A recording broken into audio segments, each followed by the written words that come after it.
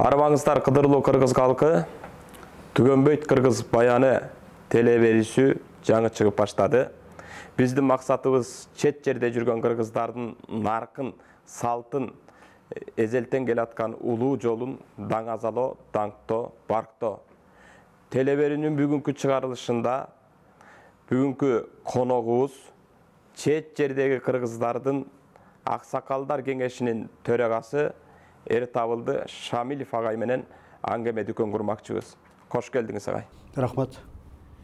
Ушул чет жердеги кыргыздардын коому качан түзүлдү эле, эмне максат менен түзүлдү эле, бараткан багытыңыздар ошол тууралуу кенен токтолуп өтсөңүз. Бул чет элдердеги кыргыздардын Аксакалдар кеңеши өткөн жылы президентибиздин курултайды өткөрүү боюнча указы чыкты. Ал указдан кийин Аксакалдар институту, атайын Аксакалдар институту түзүлдү Кыргызстанда. Мына ошол Аксакалдар институту түзүлүп, бүтүндөй Кыргызстандагы аксакалдардын башын бириктирүү идеясы келип чыккан. Ошого негизденип биз Москвада жүргөн аксакалдар ушул чет элдердеги кыргыздардын аксакалдардын башын бириктирүү идеясы келип чыгып, ошол идеяны иш жүзүнө ашырдык. Азыркы мезгилде биз биринчи Россиядагы 34 региондун аксакалдарын бириктирип, Москва Москолосун аксакалдарды коштук. Андан сырткары ушундай идеялар болду. Ушунчалык чоң аксакалдардын кеңешин уюштурдуңар, эми дүйнө жүзүнүн башка мамлекеттеринде жүргөн аксакалдарды дагы кошсоңуздар жакшы болот деген сунушту колдоп, биз азыркы мезгилде бир 12-13 мамлекеттин аксакалдарын башын бириктирдик. Америка, Англия, Франция, Германия, Венгрия, Чехия, Италия, Испания, Казакстан, Кыргызстан, Өзбекстан мамлекеттериндеги миграцияда жүргөн аксакалдардын башын бириктирдик. Эми биздин Аксакалдар кеңешинин эң негизги максаты чет элде жүргөн жаштарыбызга биринчиден акыл наасат кеңеш берүү, экинчиден кайсы жерде жашасаң, кайсы жерде иштесең, ошол жердин, ошол улуттун тилин, үрп-адатын, салтын сыйлаш керек. Биринчиден, экинчиден биздин кыргыз экендигибизди, кыргыздын улуттук традицияларын, үрп-адатын, салтын, нарктарын башка мамлекеттерде көргөзүп, ушул кыргыздын атын башка элдерге жакшы жагынан көргөзүү биздин максатыбыз. Азыркы мезгилде атайын аксакалдардын астына чоң максаттар коюлган. Ошол максаттардын ичинде биз биринчи чогулушубузда Акбата деген кыргыздан калган улуу нерсени биз биринчи чогулушубузда бекиттик. Ушул баардык жерлерде жаштарыбызга ушу аксакалдарыбыз акбаталарын берип, жакшы жакка үндөп, анан эң негизгиси ушул чет мамлекетте жүргөн уул кыздарыбыз 20 жаштан 45 жашка чейинки жаштар ээлейт да. Мисалы үчүн биздин Россия Федерациясында азыркы мезгилде бир 2 миллионго жакын биздин жаштарыбыз миграцияда жүрүшөт. Андан сырткары чет мамлекетте өткөн жылкы 22 жылдын жыйынтыгы боюнча биздин чет өлкөдөгү мигрант уул кыздарыбыз биздин мамлекетибизге 2 миллиард 700 миллион доллардан ашык акчаны жөнөтүшүптүр. Анын ичинде биздин Россия Федерациясындагы жаштарыбыз 2 миллиард 605 миллион доллардан ашык акчаны биздин мамлекетибизге жөнөткөн. Ушул жерден айта кетишибиз керек, азыр биздин мамлекетибиз өсүп өнүгүү мезгилине туш келди. Ушул өнүгүүгө биздин чет мамлекетте жүргөн уул кыздарыбыздын кошкон салымы абдан чоң. Ошол ар бир жерлерде, региондордо, мамлекеттерде жүргөн аксакалдарыбыз ошол айрыкча ошол диаспорада жүргөн балдарыбызга, иштеп жүргөн балдарга, үй бүлөлүү балдарга өздөрүнүн акылын, кеңешин айтып, жакшы жактарын элге чыгарып, андан кийин эң негизги нерсе ушул ата энелеринен алыс жүргөндүктөн ушул балдарга аксакалдык баш көз болуу бул кыргыздын салты да. Туура. Эми аба ушул бүт дүйнө жүзү боюнча азыр аксакалдар кеңеши тарап аткан экен да. Ошондо канча мүчөңүздөр бар? Азыркы мезгилде 148 аксакал болду. Жакшы. Абдан жакшы нерсе. Ушул кошулган аксакалдар абдан сүйүнүп атышат. Себеби ушул айрыкча Кыргызстандагы ата-энелер сүйүнүп атат. Себеби чет мамлекетте биздин балдарыбызга баш көз боло турган аксакалдарыбыз бар экен. Ушул аксакалдар ушу балдарыбызга баш көз болуп, жакшы Кыргыздын баягы улуу наркын, салтын үйрөтө турган, жакшы жолго баштай турган аксакалдарыбыз бар экен деп аябай сүйүнүп атышат.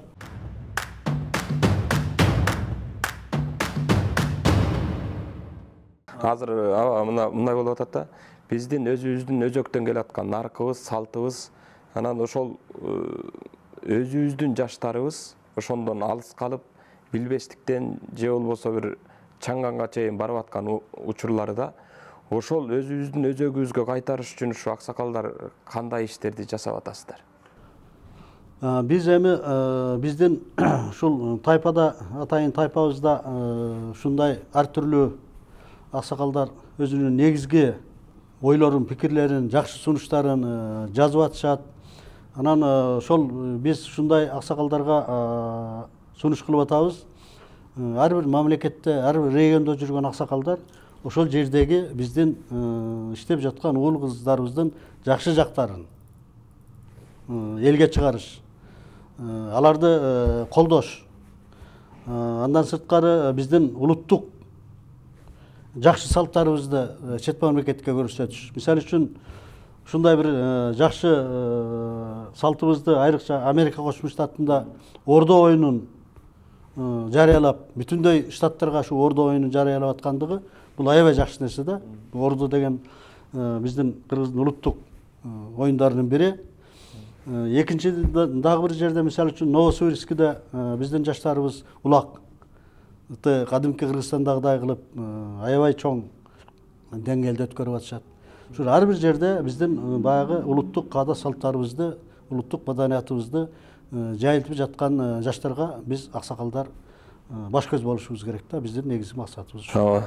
Негизи биздин баягы Жетаке институту болгон, аксакалдар институту болгон булардын аткарган милдети баягы бир айыл элди илгери бир эле аксакал башкарып койгон да. Азыр эмнегедир ошолдой аксакалдарыбыздын карааны суюлуп көрүнбөй баратат да. Анан бул дагы бир бизге мындай бир диний агымдардын көбөйүп кеткендиги да. Салттуу дин эмес, башка бир диндердин басымы болуп, бир ушундай бир кыйынчылыкка учурап бараткан убагыбызда. Ошондон улам жаштарыбыз да ары чайпалып, бул жээкке чайпалып, бул жээкке чайпалып, өзүнүн өзү багытын таппай калган сыяктуу да. Анан ушу бир мурунку бабаларыбыздын осуяттарын азыркы жаштарга жеткириш үчүн кандай бир иш-чараларды кылып, же бир кандай бир мындай сабактарды колдонсок туура болот?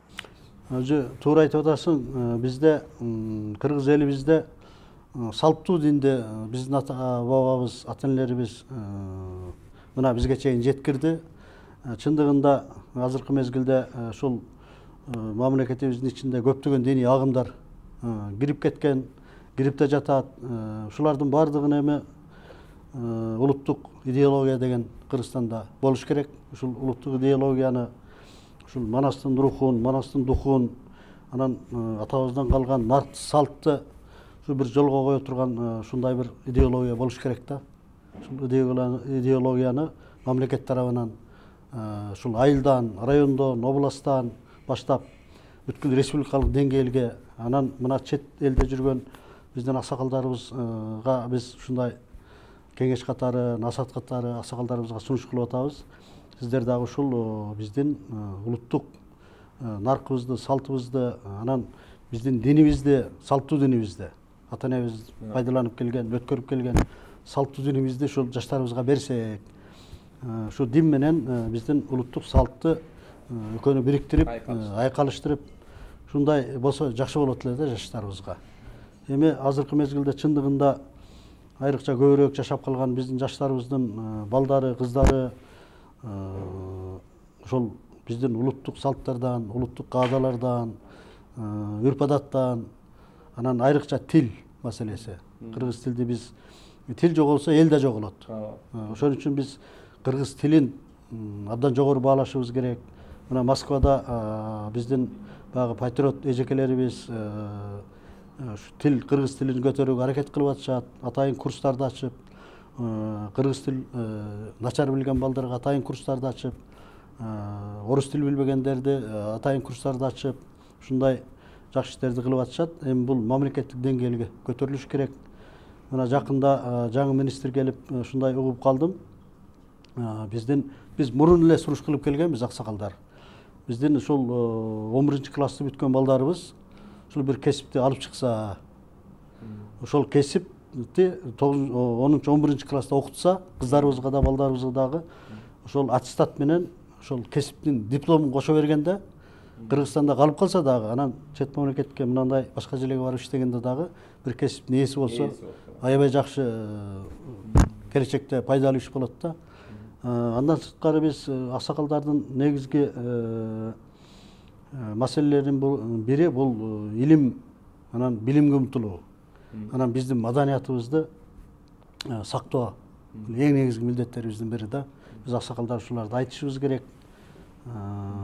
Илимге жаштарды, чет элде жүргөн жаштарыбызды, айрыкча Кыргызстандан жакшы билген балдарды чет элдерге окутуп, биздин мамлекеттин экономикасын көтөрүүгө ушул жаштарга жакшы идеяларды беришибиз керек да.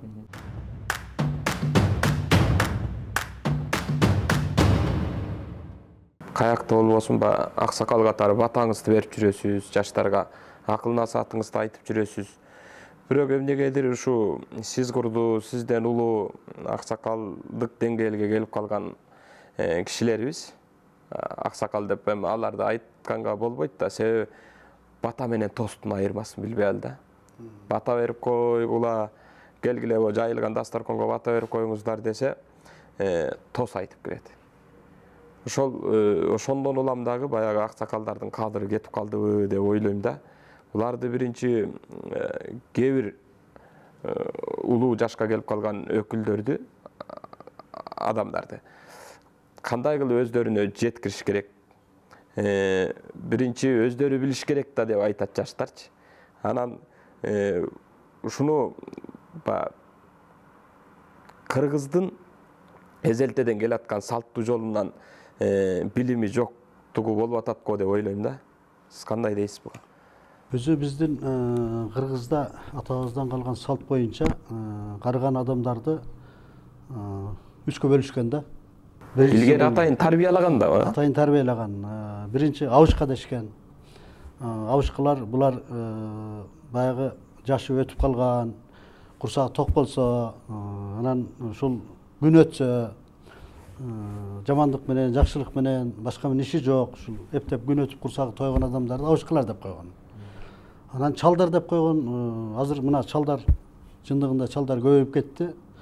Баягы өзүнүн ордун билбеген, өзүнүн сүйлөй турган жерин билбеген, жаш менен дагы айтышкан, аксакал менен дагы айтышкан, баягы өзүнүн баягы аксакалдык даражасын билбегендерди булар чалдар деп койгон.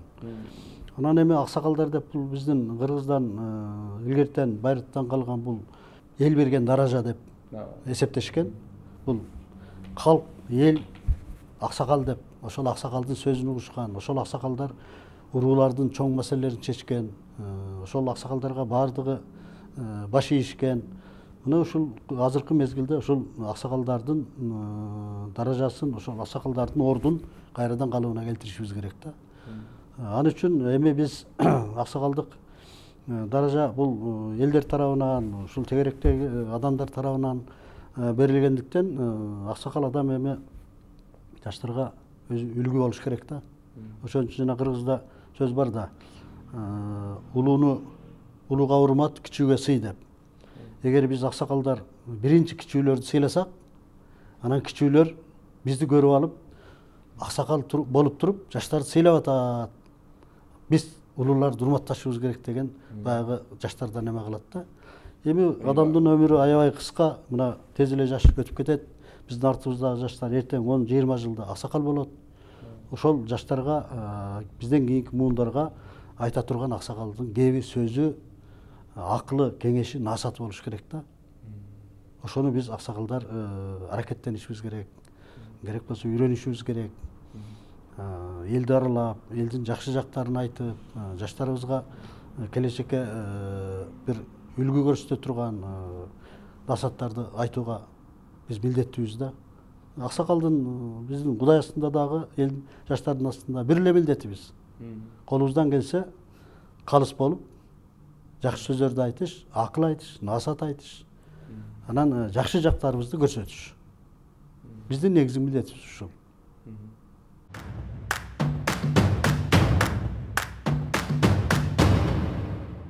Кийинки жаш муундардын ошо салт нарк менен иши жоктой да. Кандай дейсиз? Бизде айрыкча мына чет мамлекетке келген биздин уул кыздарыбызга мен аксакал катары бардыгына сыймыктанам. Себеби биздин ушул талаага чет элдерде жүргөн, иштеп жүргөн, жашап жүргөн балдар кыздарыбыздын ушунчалык келечектүү максаты биринчиден баягы кичинекей родинасы туулган айла, чоң родинасы Кыргызстаныбыз. Ушул экөөнү бирге алып жүргөндүгүндө. Бул биринчиси. Экинчиси, өзүн эле бакпастан ошол жаштарыбыз биздин мамлекетибизге дагы аябай чоң салым кошуп атат. Уул кыздарыбыздын ошол изги ийгиликтерине биз курстан болуп, ошол жаштарыбызга өзүбүздүн аксакалдык насааттарыбызды айтып, ошол жаштарыбызга биз үйрөтсөк, ошол жаштарыбыз кийинки өсө турган муундарга үлгү болот эле да. Ушундай бир байланышкан неме болуш керек да биздечи. Мен ушинтип ойлойм.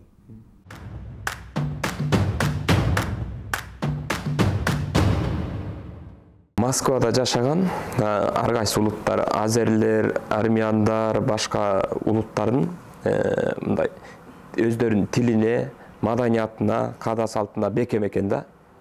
Анан биздики дагы ушу кыргыздардык, ушул жерде жашаган кыргыздар дагы ошого өздөрүнүн тилине, дилине, маданиятына бекем киришсе жакшы болот беле дейм да. Бул абдан жакшы суроо болуп атат. Чындыгында биздин айрыкча ушу Москва областында жашаган кыргыздардын арасында ушул биздин тилге болгон мамиле менимче абдан жакшы. Себеби бизде ортоңку, жогорку муундар буга үлгү болуп, абдан көп маданий иш-чаралар, башка толуп жаткан нерселер көрүлүп атат. Ушулар үлгү катары башкаларга таасирин берсе керек деп ойлоймун. Эми ар бир айылдын, ар бир райондун, областтын бардык коомдор түзүлүп бүткөн. Ошол коомдук уюмдарда бүтүндөй биздин элибиздин улуттук салтына, үрп-адатына, наркына, маданиятына, тилине байланышкан иш-чаралар тынымсыз өтүп атат да азыр. Бул эми бирөө акча төлөбөйт эч ким. Мамлекет тарабынан каржылык жок. Бирок биздин баягы балдарыбызда, кыздарыбызда мекенчилдик деген сезим, баягы кыргызмын деген, анан биздин атабыздан калган баягы салттарды жаштарга берсек деген жакшы идеялар бар да.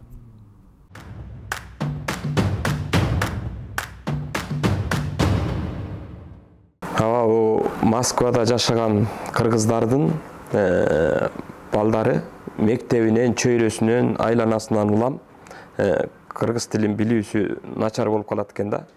Ошону атайын кыргыз тилин үйрөтүү мектептерин ачып окутуу керек деп ойлойсузбу? Ошо кандай деп айтат элеңиз?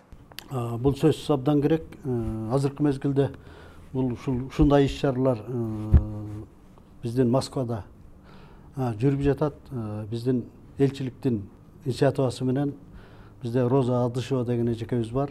Мына көп жылдан бери ушул жергиликтүү көп жылдан бери жашаган адамдардын балдар кыздарын кыргыз тилин окутуу боюнча атайын курс ачып, мына жакында дагы башталат. Бекер окутулат. Элчиликте атайын жай бөлүп берилген. Буга абдан көңүл бөлүп, элчилик дагы көңүл бөлүп, абдан колдоого алып атат. Бул ушул биздин айрыкча ата-энелер тарабынан, аксакалдар тарабынан колдоого алынып атат. Биз колдойбуз чындыгында. Мына ушундайлар дагы башка жерлерде, башка региондордо ачылса да жакшы болот эле да.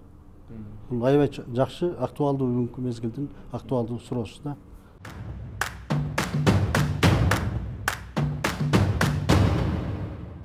Жаштарга жеткириш үчүн бир китеп чыгарыппы же бир кандай максаттарыңыздар барбы?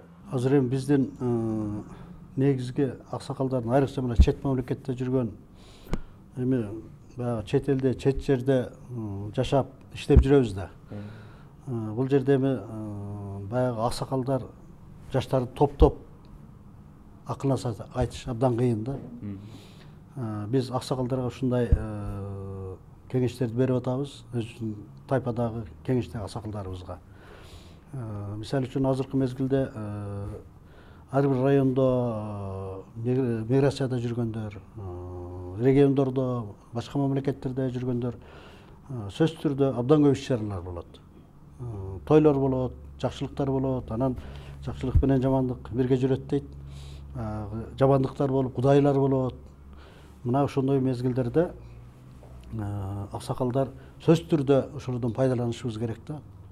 Жөн эле катышып, баягы жилик жеп, төрдө сый көрүп кетип калбастан, кандай болсо дагы өзүбүз ушул жаштарга өзүбүздүн баягы акыл насаатыбызды, салт үрп адатыбызды, тилибизди, айрыкча маданиятыбызды айтышыбыз керек да. Ошондой жерлерде айтып калышыбыз керек. Анан мындай чогултуп айтыш абдан кыйын да чет мамлекетте. Анан жанагы абдан туура айтып атканың ушул жанагындай кыргыздын нукра үрп адат, салт, нарк дөөлөттөрү боюнча ушу китептер чыгып Кыргызстанда чыгып атат. Азыр да ушуну чыгарыш керек. Атайын гезит чыгарса болот. Мына азыр мынандай жакшынакай нерсени уюштуруп атканы бар. Москвада биринчи жолу болуп атат. Мен абдан аксакал катары сүйүнүп атам. Бул маселени көптөн бери ушул Кыргызстанга депутаттар келгенде, башкалар келгенде, ушу сөз бергенде ушу мен айтып жүрөм. Ушул маданий борбор болсо, айрыкча Москвада, андан сырткары ушул атайын кабар алмаша турган, ушул кабар жеткире турган Кыргызстанга тынымсыз ошондой бир нерселер уюштурулса деген маселелер бар да. Бул жакшы идея да.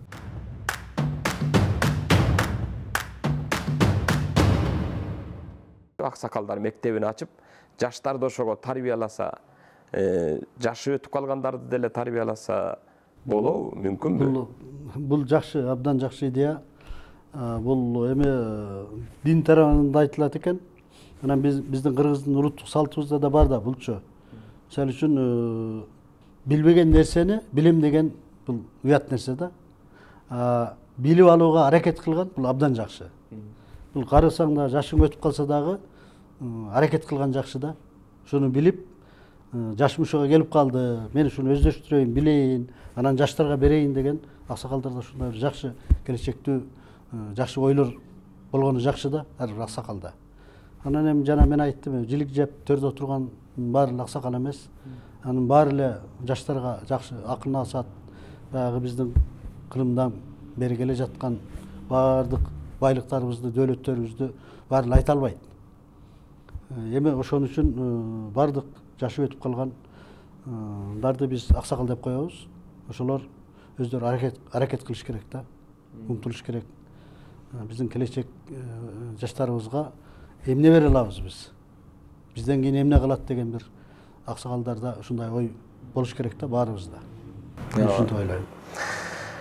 Рахмат аба, биздин Кыргызда аксакалдын үлгүсү болуп калган баягы Кошой атабыз да айтат эмеспи? Байланып калган базардын багын ачкан эр Кошой, туруп калган турпандын тушун ачкан эр Кошой. Чын олия карыя, чын билимдүү олия деп атпайбы? Ошондой Кошой атабыздай дөөлөттүү, сөөлөттүү карлыкка жетип бар болуңуз. Сиздей аксакалдарыбыз көп болсун. Кыргызга, жаштарга акыл айта турган, бата бере турган, кеңешин айта турган аксакалдарыбыз көп болсун. Дөөлөттүү карлыкка жеттиңиз. Бар болуңуз. Рахмат.